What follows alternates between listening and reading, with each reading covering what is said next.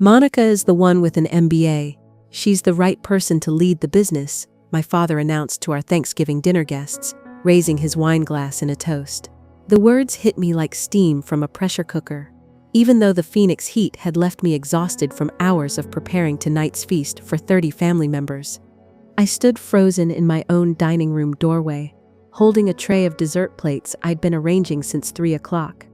The kitchen heat was still radiating from my clothes, and my hands were already tired from all the preparation. Now they started trembling for an entirely different reason.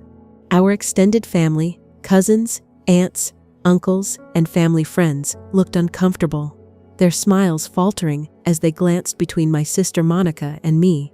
But my father wasn't finished with his announcement. "No one knows the business better than Monica," he continued confidently, while Monica beamed from her seat at the head table. "We've decided she'll be taking over as CEO of Abuela's Kitchen.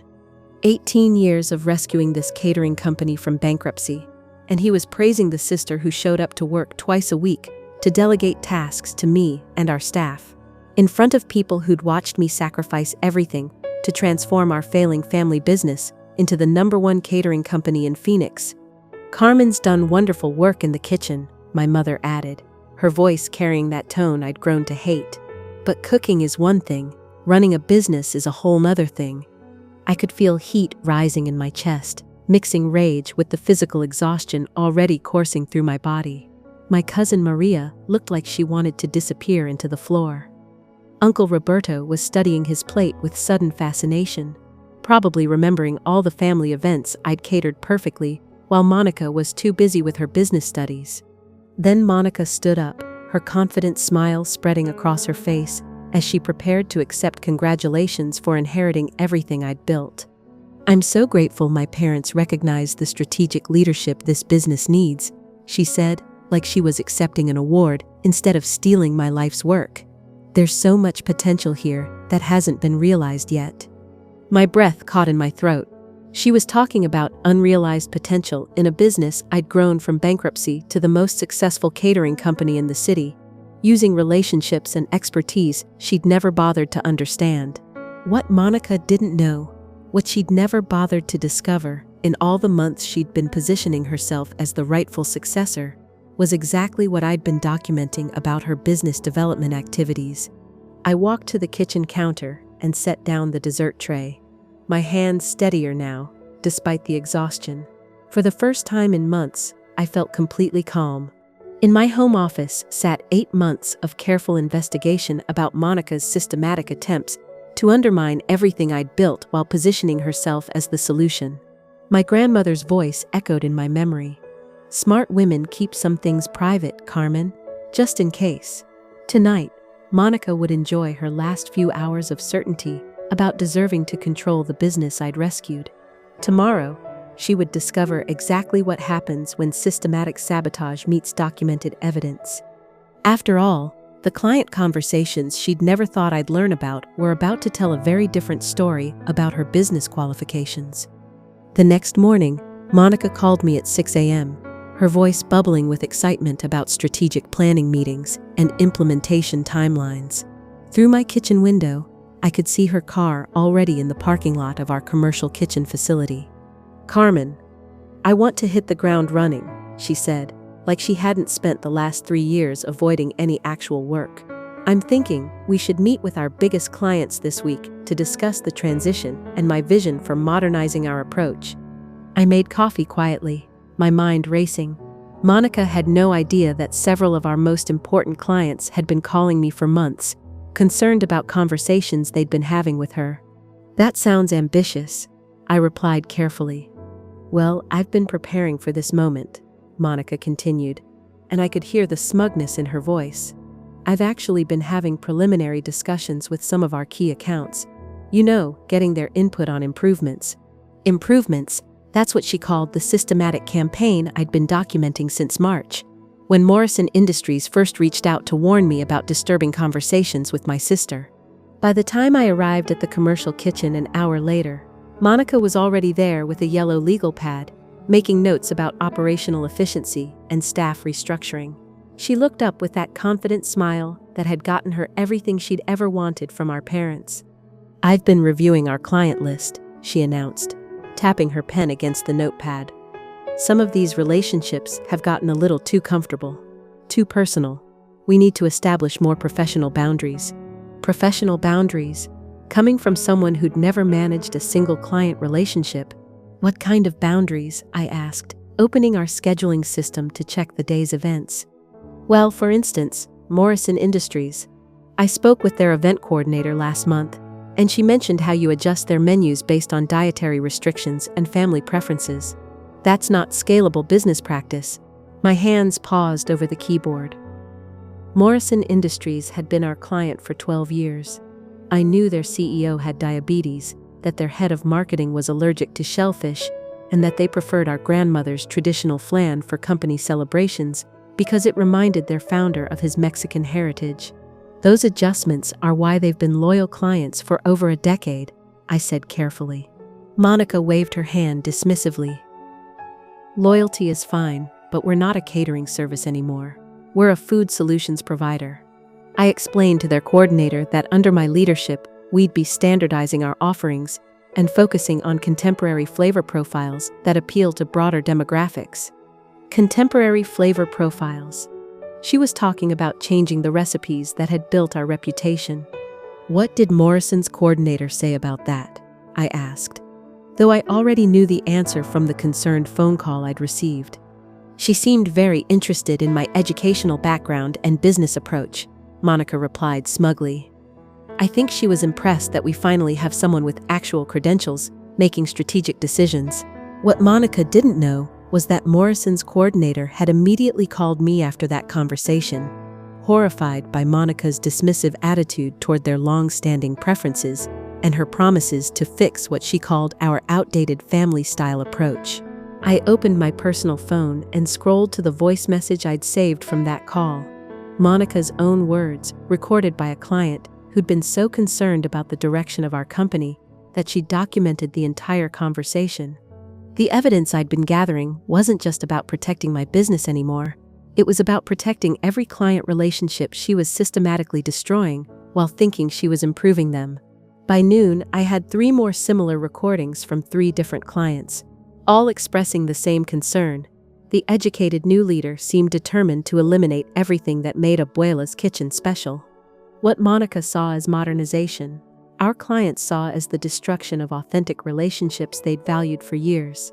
And they were all calling me to find out what was really happening to the business they trusted. 2 weeks after Monica's confident takeover announcement, I sat in private investigator Sarah Chen's downtown Phoenix office, staring at documents that would change everything I thought I knew about my sister's education. "This is more extensive than we initially suspected," Sarah said, sliding a thick folder across her desk. "The academic fraud spans the entire 2-year MBA program. Inside were bank records showing $15,000 in payments to Jeremy Walsh, a graduate student at Arizona State's business school. But the payments weren't for tutoring or study help. They were for something much more systematic. Jeremy completed Monica's entire degree," Sarah explained, pointing to email exchanges between my sister and her academic stand-in. "Every assignment, every exam, every group project. Monica attended exactly 4 classes in 2 years, and those were just for the mandatory photo sessions." I read through the email chain with growing disbelief. Monica's messages to Jeremy were casual, almost flippant about the deception. "Make sure the strategic marketing paper sounds like something I'd write. Not too smart, but smart enough for a B+. My parents are paying good money for this degree, but they don't need to think I'm suddenly Einstein." Jeremy's responses were more professional, treating their arrangement like a business transaction. "Attached is your operations management final exam. I scored an 87%, which maintains your target GPA." The professor complimented the case study analysis on supply chain optimization. "You might want to familiarize yourself with those concepts in case your family asks questions." "How did you discover this?" I asked Sarah, though part of me already suspected the answer. "Jeremy Walsh approached us," she replied. "Apparently Monica's been pressuring him for ongoing consultation now that she's taking over a real business. When he realized she expected him to continue doing her work indefinitely, he got nervous about criminal liability. The next folder contained Jeremy's signed confession and supporting documentation, photographs of him taking exams while wearing Monica's student ID, screenshots of assignments he'd submitted through her online portals, even time-stamped photos of Monica at spa days and shopping trips during her supposed intensive study sessions. The most damaging evidence is the academic integrity violation. Sarah continued, Arizona State takes this very seriously. If they investigate, Monica's degree will be revoked, and she could face criminal charges for fraud. I stared at a particular email exchange from Monica's final semester. Jeremy, my parents want to attend graduation. Can you walk across the stage, or do I actually have to show up for that part? Jeremy's response, you need to attend graduation yourself. I've already taken significant risks completing your coursework. I can't physically impersonate you at a public ceremony. Monica's reply, fine, but make sure my final GPA looks impressive. My dad's already bragging to his golf buddies about his MBA daughter. While Monica was buying her credentials, I'd been earning real ones. The wall in my home office displayed legitimate certificates: food safety management, small business administration, client relationship management, and hospitality industry compliance. Credentials I'd obtained through evening classes and weekend seminars while working 60-hour weeks to build our business. There's more, Sarah said, opening another folder. Jeremy kept detailed records of Monica's requests to access proprietary business information. She's been asking him to help her analyze your company's operations and develop strategies to optimize what she calls traditional approaches. What Monica saw as strategic planning, I now understood was systematic preparation to dismantle everything authentic about our business using fraudulent expertise she'd never actually earned.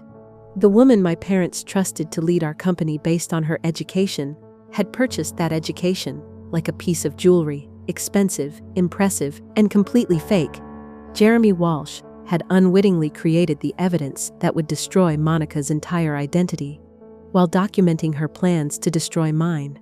The MBA my family worshipped was about to become the proof of Monica's complete unfitness to run anything more complex than a lemonade stand. By mid-November, I had transformed my home office into a command center for the most important case I'd ever built. 3 filing cabinets contained 8 months of client recordings, academic fraud documentation, and business sabotage evidence that would reshape everything my family believed about Monica's qualifications. The systematic nature of her deception was breathtaking. While I'd been focused on the academic fraud investigation, Monica had accelerated her sabotage campaign, apparently confident that her impending CEO announcement gave her permission to be more aggressive. Miguel, our head chef, had started secretly recording Monica's recruitment attempts after she cornered him in the walk-in freezer with an offer that shocked him. When I officially take over next month, Monica's voice came through my computer speakers. I'll need a kitchen manager who understands that change is necessary. Carmen's too emotional about these old recipes. We need someone willing to modernize the menu with contemporary techniques. Miguel's response was professionally diplomatic. The current recipes are very popular with our clients.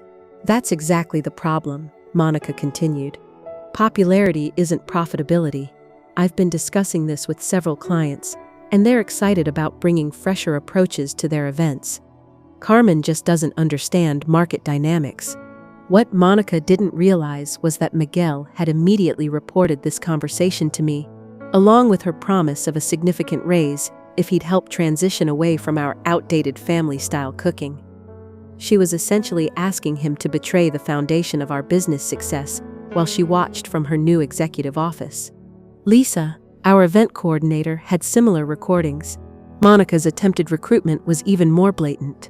I'll need someone who can help clients understand that under educated leadership, we're moving beyond Carmen's limited perspective.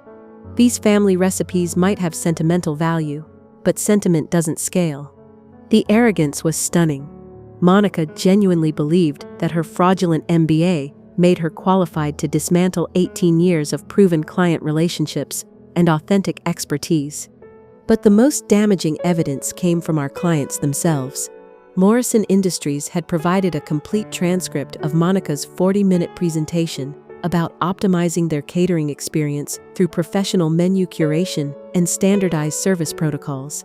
Monica had essentially told them that everything they valued about our personal service was unprofessional, and everything they loved about our traditional recipes was outdated. She'd promised to elevate their events by eliminating the family touches that had made their celebrations memorable for over a decade. Their event coordinator's notes were devastating. Monica Rodriguez seems determined to eliminate everything that makes Abuela's Kitchen special. She appears to have no understanding of why we chose this company or what we value about the relationship. Her presentation felt like a sales pitch from someone who's never actually managed our account. As I organized the evidence chronologically, a clear pattern emerged. Monica's sabotage wasn't random or impulsive. It was a systematic campaign to destroy confidence in my approach while positioning herself as the sophisticated alternative. She'd spent months convincing clients that my personal attention was unprofessional, that our traditional recipes were obstacles to success, and that her education made her uniquely qualified to modernize what she saw as an outdated family business. What Monica's own recorded words were about to prove was that her entire campaign was built on fraudulent credentials, zero industry experience, and a fundamental misunderstanding of what made our business successful. The evidence wasn't just going to destroy her takeover plans, it was going to destroy her entire identity as the educated, strategic leader our family had been convinced she'd become. Monday morning's confrontation would reveal that the sophisticated MBA graduate was actually an unemployed fraud, whose strategic thinking had created a paper trail of her own incompetence. Monday morning arrived with Monica's confident announcement that she'd be implementing immediate operational changes at our commercial kitchen. I watched through the office window as she directed a locksmith to change the security codes, asserting her new authority over the facility I'd built from nothing. "There's been a fundamental shift in leadership philosophy," Monica announced to our assembled staff at 9 a.m., her voice carrying the authority she believed her MBA provided. "Under my direction, we're moving beyond outdated family-style approaches toward professional food service management." Miguel and Lisa exchanged glances, knowing what was coming. They'd been part of my evidence gathering for months, documenting Monica's systematic attempts to recruit them against me. Carmen's personal approach to client relationships, while well-intentioned, isn't scalable in today's competitive market, Monica continued, consulting notes she'd apparently prepared for this moment. "My business education has shown me that sentiment and profitability rarely align." I stood quietly in the kitchen doorway, holding 3 manila folders that would end this performance permanently. "Actually, Monica," I said calmly, "there's been a fundamental misunderstanding about qualifications." Her confident expression faltered slightly as I approached, but she quickly recovered. "Carmen, I appreciate your contributions, but the transition period is over. My parents have made their decision based on my credentials and strategic vision." "Your credentials," I repeated, placing the first folder on the stainless steel prep counter. "Let's discuss those." Monica's smile became strained as she recognized the legal letterhead visible through the folder's clear window. "What is this?" "Bank records," I explained, opening the folder so our entire staff could see the documentation. $15,000 in payments to Jeremy Walsh, a graduate student who completed your entire MBA program while you attended spa appointments and shopping trips. The silence in the kitchen was deafening. Monica's face went completely white as she stared at photocopies of her own emails to Jeremy. "Make sure the strategic marketing paper sounds like something I'd write, not too smart, but smart enough for a B+. "This is ridiculous," Monica stammered, but her voice lacked conviction. "These documents could be fabricated." I opened the second folder, revealing client call transcripts and recorded conversations. "Here's your own voice promising Morrison Industries that you'd eliminate their outdated menu preferences and replace our traditional flan with contemporary dessert options." Miguel stepped forward with his own documentation. "We also have recordings of your attempts to recruit us against Carmen, including your admission that you've never actually worked in food service." Monica's hands were visibly shaking now as she realized the scope of what I'd been documenting. "You can't use private conversations." "These aren't private conversations," I interrupted, opening the third folder. These are client complaints about your unprofessional conduct, documented by people who were horrified by your plans to destroy everything they valued about our service." Lisa handed me additional papers. Morrison Industries, Patterson Catering Group, and Davis Events have all provided written statements about Monica's attempts to convince them that Carmen's personal attention was unprofessional and that traditional recipes needed modernization. The final blow was Jeremy Walsh's signed confession, complete with timestamps and photographs proving the extent of Monica's academic fraud. "Your MBA is worthless," I said simply. "Your business knowledge is non-existent, and your strategic vision consisted of destroying client relationships that took 18 years to build." Monica's entire identity, the educated leader, the strategic thinker, the qualified successor, collapsed in real time as our staff witnessed the documentation of her systematic fraud and incompetence. "Meanwhile," I continued, gesturing toward my own credentials displayed on the office wall, "I hold legitimate certifications in food safety management, business operations, and hospitality compliance, credentials I earned through actual education while building this company from bankruptcy to the #1 catering service in Phoenix." Monica's attempt to steal my business using fraudulent credentials had created the perfect evidence of her complete unfitness to manage anything more complex than her own deception. The sophisticated MBA graduate my parents had chosen was revealed as an unemployed fraud whose own recorded words had become her destruction. By Wednesday morning, word of Monica's complete professional collapse had reached every corner of Phoenix's catering industry. The sophisticated MBA graduate my parents had chosen to lead our family empire was now known throughout the business community as an unemployed fraud whose academic credentials were as fake as her strategic expertise.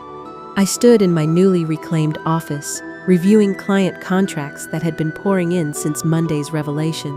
Morrison Industries had immediately signed a 3-year exclusive agreement, specifically requesting that I personally manage all their corporate events.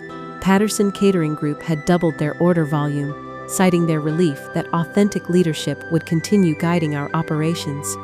The irony was perfect.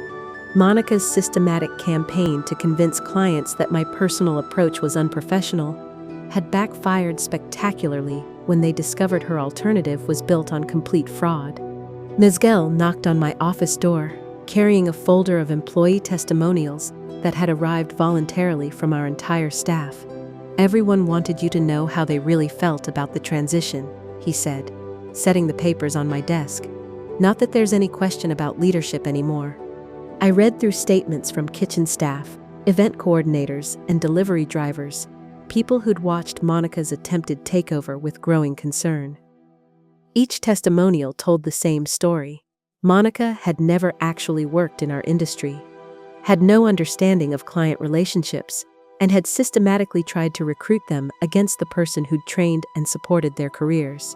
"She promised me a raise to help change the recipes," wrote Maria, our pastry chef.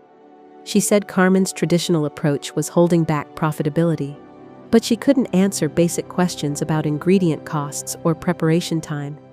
It was obvious she'd never actually managed food service operations." The academic fraud investigation had concluded with Arizona State officially revoking Monica's degree and referring her case to the district attorney for criminal prosecution.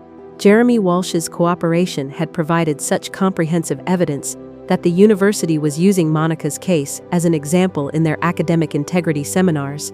My parents had requested a family meeting for Friday evening, but I declined. The time for family discussions about business leadership had passed when they chose fraudulent credentials over 18 years of proven results. Instead, I'd spent the week implementing actual strategic improvements that Monica had claimed were needed. New client management software that enhanced our personal service rather than replacing it. Expanded menu options that honored traditional recipes while offering contemporary presentation styles. Staff training programs that elevated our already excellent service standards. Everything Monica had promised to accomplish through her educated leadership, I was achieving through authentic expertise and genuine industry knowledge. Friday afternoon brought a call from Restaurant Business Weekly, requesting an interview about our company's remarkable growth trajectory and my role as one of Phoenix's most successful family business leaders. The article would feature my legitimate business education, authentic industry certifications, and the client loyalty that had made our transformation possible. As I prepared for the interview, I reflected on Monica's systematic campaign to position herself as the sophisticated alternative to my limited perspective. Her fraudulent education had collapsed under scrutiny, her strategic vision had proven to be systematic sabotage, and her professional credentials had been revealed as purchased lies.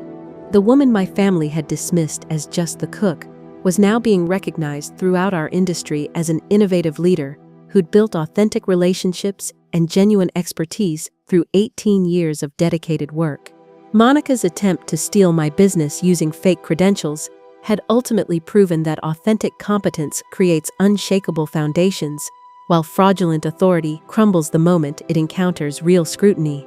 The golden child who was supposed to bring educated leadership to our family business had instead provided the perfect demonstration of why genuine expertise always defeats purchased credentials. I was no longer the dismissed daughter hoping for family recognition. I was the proven leader of Phoenix's premier catering company, with the authentic credentials and client loyalty to prove it.